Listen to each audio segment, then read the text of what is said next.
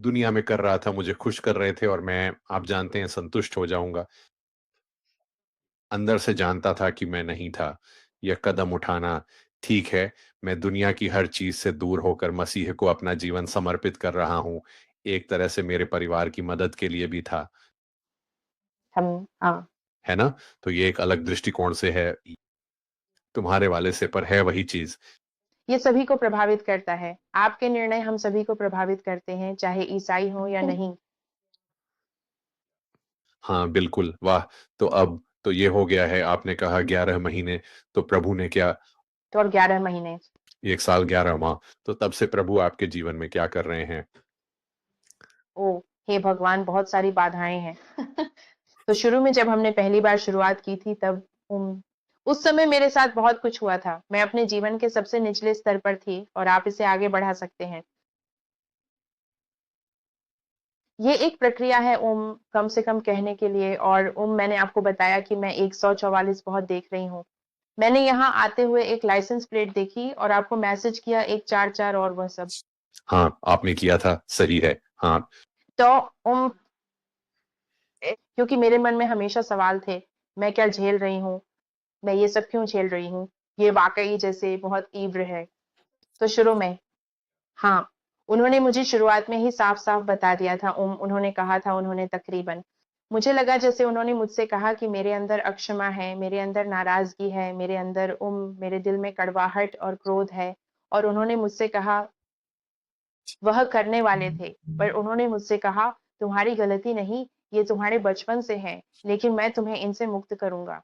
तो स्पष्ट रूप से मुझे नहीं पता था कि मैं उस समय उनके साथ समय बिता रही थी। मुझे मेरी नौकरी से वास्तव में निकाल दिया गया था और मुझ पर गलत आरोप लगाया गया था जो मैंने नहीं किया था, जहाँ मैं कई वर्षों से काम कर रही थी। और इसलिए जैसे मुझे लगा कि मैं बस नीचे जा रही हूँ, जैसे मेरी पूरी ज़िंदगी। अ, मैंने बताया, मुझे काम की आदत थी। मैं ईएमएस में पैरामेडिक हूँ, इसलिए मुझे हफ्ते में 60 से 70 घंटे काम करने की आदत है। तो जैसे वह मुझे इतना काम करते हुए ठीक नहीं कर सकते थे और इसलिए दौरान ब्रेकअप होते ही उन्होंने मुझे कॉन्ट्रैक्ट जॉब करने दी।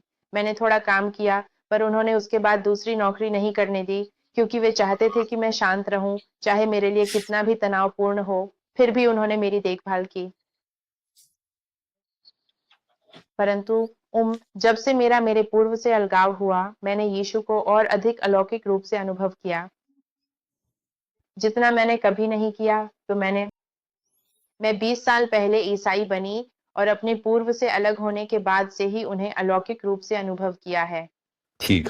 उन्होंने मुझे क्रोध, डिप्रेशन, चिंता, आत्मविश्वास की कमी से चंगा किया है। उन्होंने मुझे वासना जैसी कई चीजों से चंगाई दी है। प्रभु की स्तुति हो। हम और वो मुझे चंगा करते रहते हैं। हाँ, और यही यही वो चीज़ है जो प्रभु हम में से हर एक के साथ करना चाहते हैं।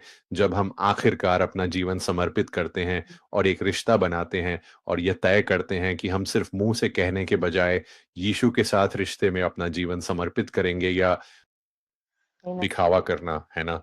कई-कई सालों तक दिखावा करना जैसा मैंने किया। लेकिन जब आप सच में समर्पण करते हैं, तभी सब कुछ बदल जाता है। जैसा आपने कहा सारी चंगाई शुरू हो जाती है और वो सच में यही चाहते हैं, है ना?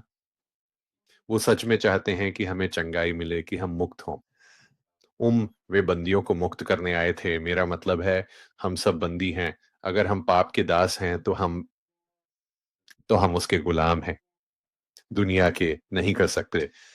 हम अपनी ताकत से इससे बाहर नहीं निकल सकते। हमें यीशु पर भरोसा करना है और ये भरोसा ऐसा होना चाहिए जो हमारे और उनके बीच एक रिश्ते को दर्शाता हो। ये एक तरफ़ा नहीं हो सकता कि प्रभु मुझे सब दें पर मेरे पास कुछ नहीं। ये ऐसे काम नहीं करता। आमीन, ये सच है।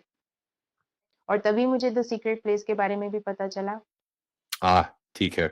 हाँ, और तभी मैंने आपके वीडियो भी देखे। हाँ, तो हमें बताइए, क्या ये यूट्यूब पर अचानक मिला? क्या आपने इसे यूँ ही ढूँढा? तो परमेश्वर उन लोगों को अनुमति देने में बहुत ही चयनात्मक थे, जिन्हें उन्होंने मेरे सामने रखा था। अभी मुझे लगा वो मुझसे सोशल मीडिया के ज़रिए बात कर रहे थे। वह हमेशा सोशल मीडिया से बात नहीं करते, हमें जाना होगा। यदि हम परमेश्वर का वचन सुनना चाहते हैं, तो हमें उनके पास जाना होगा। सोशल मीडिया, यूट्यूब पर तो आप निश्चित रूप से कर सकते हैं, निश्चित रूप से। वास्तव में मेरे पहले 12 महीनों में जब यीशु से मेरी मुलाकात हुई थी, हम ये लगभग 50% सोशल मीडिया था। वह मुझे सोशल मीडिया के माध्यम से ही अपने साथ जोड़ रहे थे, हाँ, क्योंकि उन्होंने मुझे बताया कि हमारे पास इतना ही समय है, इतनी जानकारी देने के लिए। तो वे ऐसे थे, मुझे तुम्हें ये सब बताना है ला इसी समय अवधि के भीतर, तो ये कुछ ऐसा लग रहा वाह! था। और मैंने मैंने ये बात लोगों को समझाई है, शायद कुछ वीडियो में, और मैं जानता हूँ कि आप भी ऐसा ही अनुभव कर रही हैं। या इसीलिए आप असल में काम नहीं कर सकती हैं, क्योंकि आप पर जानकारी की बौछार हो रही है, चाहे वह धर्म ग्रंथों, प्रार्थना और प्रभु के ध्यान से हो, या जैसे आपके सपने शायद कहीं अधिक स्पष्ट हो गए हैं। हाँ, मुझे पहले सपने नहीं आते थे अच्छा है, ठीक। और फिर मैं प्रार्थना करती। देखिए, मुझे बिल्कुल भी पता नहीं था, तो जो कोई भी सुन रहा है, खासकर वे लोग। तो स्टेफनी आइकॉप पाबोर एक उपदेशक हैं, जिन्हें मैं सुनती हूँ।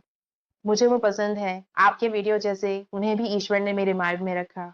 मैं बोली, हे प्रभु, मुझे एक मार्गदर्शक चाहिए जिस पर आपको भरोसा हो। उसके वीडियो आते रहे, पर मैंने कभी ध्यान नहीं दिया। आपके वीडियो पर मैंने तुरंत क्लिक किया, लेकिन उनके साथ हाँ, वो था। ओहो! मैं किस बारे में बात कर रही थी? मुझे बहुत अफ़सोस है, मैं ऐसी हूँ। नहीं, ठीक है। मैं ऐसा बहुत करती हूँ। मैंने लेना भी बंद कर दिया तो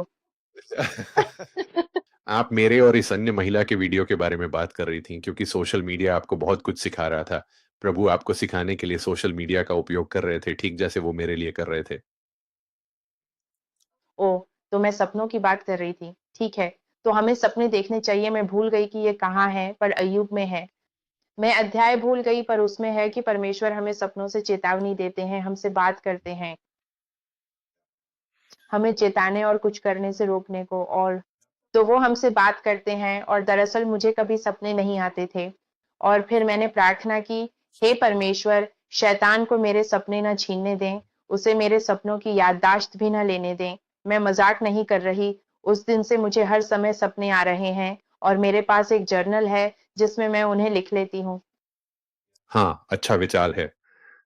हाँ, मैंने भी बिल्कुल ऐसा ही किया। मैंने अपने सपनों के बारे में बहुत कुछ लिखा, क्योंकि मुझे लगा कि पवित्र आत्मा कह रही है, तुम इन सभी विभिन्न सपनों को समझ नहीं पाओगे जब तक तुम उन्हें लिखते नहीं। पर सपनों की अच्छी याददाश्त के कारण उन्हें लिखना उतना ज़रूरी नहीं था। जैसे मुझे अब भी 6-7 साल पुराने सपने याद हैं, लेकिन मैं जिस बात को दोहरा नहीं सका, और शायद आपके साथ भी ऐसा हुआ हो, वह एक कहा हुआ शब्द था, मुझे कहाँ जाता नींद में। बस कोई बातचीत होती थी और मुझे लगता था ये लाइन ज़रूरी है, मुझे इसे लिखना होगा, तो मैं जाग जाता था।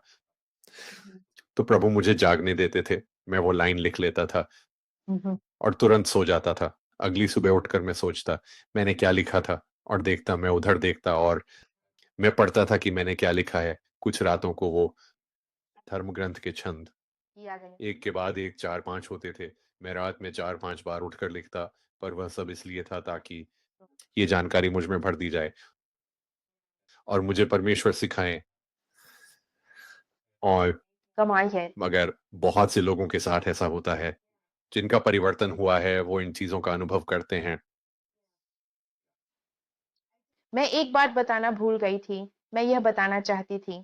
सपनों के संबंध में, जब मेरा और मेरी पूर्व प्रेमिका का ब्रेकअप हो गया था, क्योंकि वह दक्षिण कैरोलिना में अपने माता-पिता के पास वापस चली गई, उसके बाद भी शैतान ने मुझे जाने नहीं दिया। वह अब भी चाहता था, वह अब भी कोशिश कर रहा था कि मैं अपने सपनों के ज़रिए गलत दरवाज़े खोलने के लिए राज़ी हो जाऊँ। तो वो मुझे वासना से भरे सपने दिखाता था, और वो सिर्फ़ सेम सेक्स के साथ नहीं थे। ये पुरुषों या महिलाओं के साथ हो सकता था। ये बस अचानक था, और मुझे पहले ऐसे सपने नहीं आए थे। खैर, सालों में कुछ आए थे, लेकिन इतने ज़्यादा एक के बाद एक नहीं। और मैं जानती थी कि ये शैतान था जो नहीं चाहता था कि ऐसा हो, क्योंकि उस दौरान, मैं सच कह रही हूँ, पहले 1 या 2 हफ्तों के बाद, मैं सचमुच यौन शुद्धता चाहती थी। परमेश्वर के साथ, क्योंकि मुझे बहुत कुछ महसूस हुआ था, आप जानते हैं। और तो वह मुझे वासना से भरे हुए सपने दे रहा था, और मैं बहुत ज़्यादा मैं रो रही थी और ईश्वर से दिल खोलकर बातें कर रही थी क्योंकि मेरी ज़िंदगी में बहुत कुछ हो रहा था और मुझे पता भी नहीं था कि मैं उनके साथ समय गुज़ार रही हूँ। और उनकी कृपा से जब मैं ऐसे वासना से भरे सपने के बीच में थी, तो मैं उठकर कहती, "मैं तुम्हें यीशु के नाम पर फटकारती हूँ।" तो शुक्र है कि ऐसा हुआ और मैं प्रार्थना करके उसे दूर कर देती, लेकिन मुझे अपने सोशल मीडिया पर जाना पड़ा।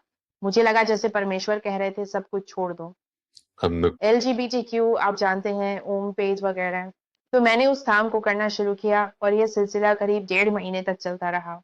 मैंने परमेश्वर से यह भी पूछा, मुझे लगा कि लोगों को यह जानना चाहिए, इसलिए मैं यह बता रही हूँ, जैसे हस्तमैथुन।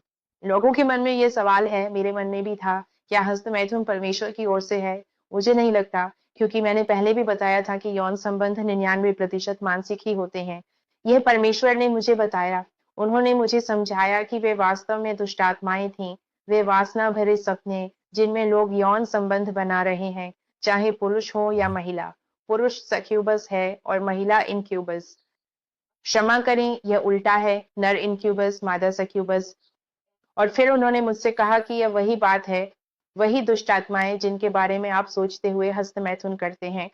तो आप अब भी उन्हें अपनी जिंदगी में आने का खुला दरवाजा और रास्ता दे रहे हैं। तो तभी मुझे बहुत ज्यादा घिन आई थी। मुझे लगा ये बेहद घिनौना है और मुझे बाद में ये भी झात हुआ कि वे दोनों ही पुरुष थे। ये घिनौना है, फिर भी मैंने इसे बंद कर दिया। तो तब से पूरी तरह से यौन शुद्धता, कोई सेक्स नहीं। मैं अब भी सिंगल हूँ। मैं हर दिन यीशु के साथ अपने रिश्ते और चंगाई को खोज रही हूँ। हस्तमैथुन भी नहीं, कुछ भी नहीं, केवल यौन शुद्धता। मुझे इसकी कोई चिंता भी नहीं है। हमारा समय निकट है। मुझे लगता है कि मुझे just हाँ, yeah. तो प्रभु ने पुरुषों के प्रति आपके पीटीएसडी को किस तरह से, क्या उन्होंने चंगा करना शुरू कर दिया है, या क्या उन्होंने पहले ही आपको पूरी तरह से चंगा कर दिया है? ये बहुत अच्छा प्रश्न है। उन्होंने मुझे बहुत बदल दिया है। ईमानदारी से कहूँ तो उन्होंने मुझे उससे कहीं ज़्यादा चंगा किया है, जितना मुझे एहसास था। लेकिन जब पुरुषों के प्रति आकर्षण की बात आती है, अगर वो अभी भी वैसी ही भावनाएँ हैं, तो ये बिल्कुल अलग है। ऐसा अभी नहीं हुआ है, लेकिन उन्होंने मेरे अंदर से समान लिंग के प्रति जो वासना थी, उसे हटा दिया है। हाँ, मुझे इस पर सोचना पड़ा, क्योंकि मैं यह कैसे कहूँ? यदि परमेश्वर चाहें तो मैं तैयार हूँ। मुझे लगता है कि अगर कोई चीज़ परमेश्वर की तरफ से है तो वो उसे पूरा करेंगे। और अगर वो मुझसे कहें, "हे लिज़", तो मेरे मन में वो कहते हैं, "ये लड़का तुम्हारा पति बनने वाला है। ठीक है, जैसी आपकी इच्छा।" तो ऐसा ही हो, है ना? तो सही, क्योंकि साथ होना परमेश्वर की महिमा है ना? शादी। सही है। 2 एक हो जाते हैं, है ना? शादी में। तो तो यह निश्चित रूप से एक मिलन है।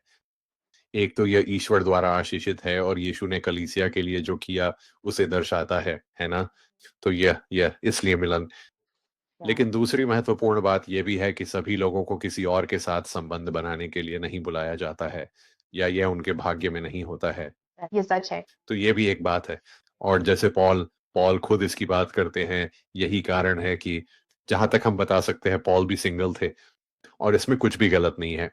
लेकिन मुझे लगता है, लेकिन जो महत्वपूर्ण है वह है आपका रिश्ते बनाने में सक्षम होना, पुरुषों के, महिलाओं से, हाँ, चाहे जो भी वजह रही हो आपके पीटीएसडी की, वो हाँ। वही सच में अहम है। मैं प्रभु आपको इससे निकालेंगे तो, पर वो मतलब ये तो एक शानदार, ये बातचीत बहुत शानदार थी। मुझे ये बहुत पसंद आया। ये मैं प्रार्थना करता रहूंगा और डिस्कॉर्ड पर बात करता रहूंगा, आपसे और ये आशा करता हूं कि सब कुछ अच्छा हो। क्या आप किसी को कुछ बताना चाहेंगी, ऐसे व्यक्ति से जो आपकी बिल्कुल वैसी ही स्थिति में हो, या हाँ, ऐसा ही है?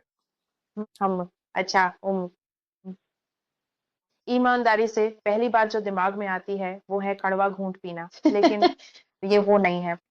ये कुछ ऐसा है मुझे लगा जैसे पानी में कूदने से डर लग रहा है और आप कूदना नहीं चाहते। और ये कुछ ऐसा था, भगवान ने मुझे उस मोड़ पर ला दिया जहाँ मेरे पास कोई चारा नहीं था। समझ रहे हैं? और इसलिए मेरे जीवन में सब कुछ उस मोड़ पर ले आया। और मुझे बिल्कुल स्पष्ट था, ये मेरी आत्मा में बहुत गहरा था जैसे। और बात ये है, आपने भी इसका ज़िक्र किया कि उम उसकी एक एक समय सीमा है और हमें इस बात का ध्यान रखना होगा और इसलिए इन हाँ, मैं बस वो हाँ, हमें किसी वजह से ही अपनी मर्जी दी गई है और इसलिए प्रभु हमारी मर्जी में कभी दखल नहीं देंगे। उन्होंने हमें ऐसे ही बनाया है, लेकिन हाँ, वो किसी खास चीज के लिए आपको बस कुछ ही बार यकीन दिलाएंगे, इससे पहले कि वो कहें ठीक है, मैं तुम्हें बिल्कुल अंत तक छोड़ रहा हूं। मैं यह जानता हूं क्योंकि प्रभु ने मुझसे इस बारे में बात की है, इसलिए मुझे पता है कि यह सच है। लेकिन आप जानते हैं, वो 99 को छोड़कर उस एक के पीछे जाते हैं, जैसे हर कोई उनकी नजर में है। तो अगर आपको लगता है कि आप लायक नहीं हैं, तो यह गलत है।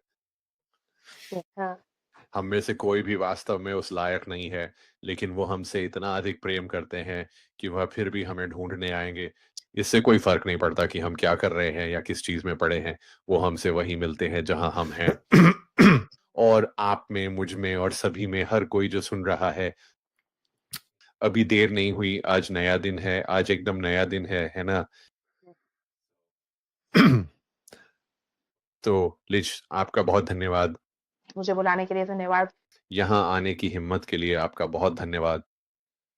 प्रभु आपको इस्तेमाल करेंगे। मैंने एक वीडियो बनाया था, ओह, कुछ माह पूर्व। हुँ, प्रभु एलजीबीटी समुदाय से अगुओं को बाहर निकालेंगे। और मैं यह देख रहा हूँ, आप अकेली नहीं हैं जिसने मुझसे बहुत मिलती-जुलती स्थिति, बहुत मिलती-जुलती बातचीत के साथ संपर्क किया है। हाँ, और सालों में ऐसे लोग मिले हैं जिन्हें मैं नहीं जानता था और फिर मैं डिस्कॉर्ड पर उनसे मिला। वाह! हाँ, या मैं उनसे यूट्यूब चैनल से मिला। हाँ, मुझे प्राप्त हो रहा है। मैं लोगों से इस विषय पर निरंतर संवाद कर रहा हूँ जब से मैंने यूट्यूब पर आना आरंभ किया है, और यह मेरे लिए एक अनुभव रहा है क्योंकि मैं निरंतर प्रगति कर रहा था और ज्ञान अर्जित कर रहा था। और प्रभु को मुझे ऐसी जगह लाना पड़ा जहाँ ऐसा था।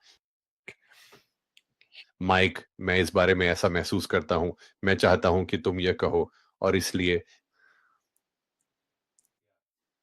ये एक बहुत ही संवेदनशील विषय है। ये एक बहुत उह कुछ लोग इस बातचीत में शामिल नहीं होना चाहते। कुछ लोग सच्चाई को सुनना पसंद नहीं करते, लेकिन सच्चाई ही आपको हमेशा आज़ाद करेगी, हाँ, ये मुक्त करेगा। तो अब हम इसे समाप्त कर सकते हैं। फिर से धन्यवाद, बहुत-बहुत धन्यवाद। कुछ और जोड़ना चाहेंगी या डिस्कॉर्ड पर मिलेंगे? हाँ, तो जो कोई भी संपर्क करना चाहता है, अगर आपके कोई सवाल हैं, तो ज़रूर पूछें। मैं आप में से कुछ से बात करने, प्रार्थना करने या मार्गदर्शन देने में खुशी होगी। मैं जानती हूँ वह मेरे लिए मुश्किल दौर था, सो किसी भी सवाल या सीधे मैसेज के लिए मैं डिस्कॉर्ड पर उपलब्ध रहूँगी। उसके बाद आप जो चाहें कर सकती हैं। आपका डिस्कॉर्ड हैंडल OCHOALIZ87 है। मैं उसे डिस्क्रिप्शन में डाल दूंगा, और हाँ, हम आपसे वहीं मिलेंगे। फिर से धन्यवाद। मैं इसकी सराहना करता हूँ। ईश्वर आपका भला करे।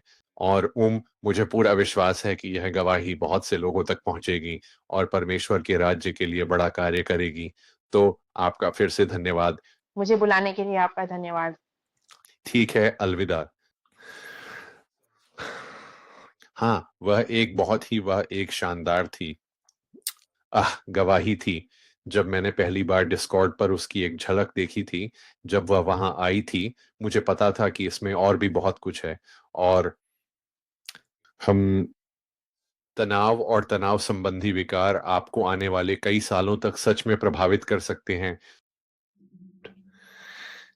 और ये आपसे ऐसी चीजें करवाता है जो खैर, आप ऐसा इसलिए करते हैं क्योंकि आप खुद को बचाने की कोशिश कर रहे होते हैं। और प्रभु ने मुझे दिखाया है कि बहुत से मामलों में इसी तरह से दुश्मन अपना रास्ता अंदर बनाने की कोशिश करता है और आपसे दूसरी जगहों पर शांति ढूंढवाता है, या दूसरी वस्तुओं में प्रेम पाने के लिए आपको मजबूर करता है। ये एक छोटे प्यारे पैकेज में लिपटा है, जैसे एक धनुष के साथ, और कहता है, यह लो, यहाँ तुम्हें अपनी शांति, अपनी प्रसन्नता और अपना प्रेम मिलेगा। लेकिन ये मायने नहीं रखता कि ये कहाँ है, चाहे वह नशीली दवाएं हो, शराब हो या जुआ हो। और मुझे पता है तो प्रभु मुझे अभी बता रहे हैं कि कोई ऐसा व्यक्ति है जिसे जुए की लत है और अम अम, वह वह आपसे बहुत प्यार करते हैं, तो इससे कोई फ़र्क नहीं पड़ता कि आप किस में हैं। अम, वे आपको उससे निकाल कर सच दिखाएँगे क्योंकि सच आपको मुक्त करेगा। यीशु ने कहा, "मार्ग, सत्य और जीवन मैं हूँ, मेरे बिना कोई पिता के पास नहीं आता।" यदि आप यीशु के पास जाते हैं, पूरे दिल से उन्हें खोजते हैं, तो वह द्वार खोलेंगे। लेकिन इसमें आपका भी एक महत्वपूर्ण हिस्सा है कि आपको उस कदम को आगे बढ़ाना ही पड़ेगा, ठीक है? और मेरा विश्वास करो आपके एक छोटे कदम पर वो आपकी ओर एक बड़ी छलांग लगा रहे हैं। तो मैं यह वीडियो यहीं समाप्त करता हूँ। ये एक शानदार वीडियो था। मैं आपको प्रोत्साहित करना चाहता हूँ। यदि आप डिस्कॉर्ड पर जाकर हमसे और मुझसे मिलना चाहते हैं, तो मैं वहाँ मौजूद हूँ। और हम बात कर सकते हैं। लिज़ वहाँ होगी और हमारे पास टीम के सदस्य हैं, जो आपके साथ चैट कर सकते हैं। अगर आपके कोई प्रश्न हैं या आप संगति में शामिल होना चाहते हैं, तो मैं वीडियो यहीं समाप्त कर रहा हूँ और मैं आप सभी को एक अद्भुत शाम की शुभकामनाएँ देता हूँ। परमेश्वर आपको आशीष दें और अगले वीडियो में मिलते हैं। शालोम।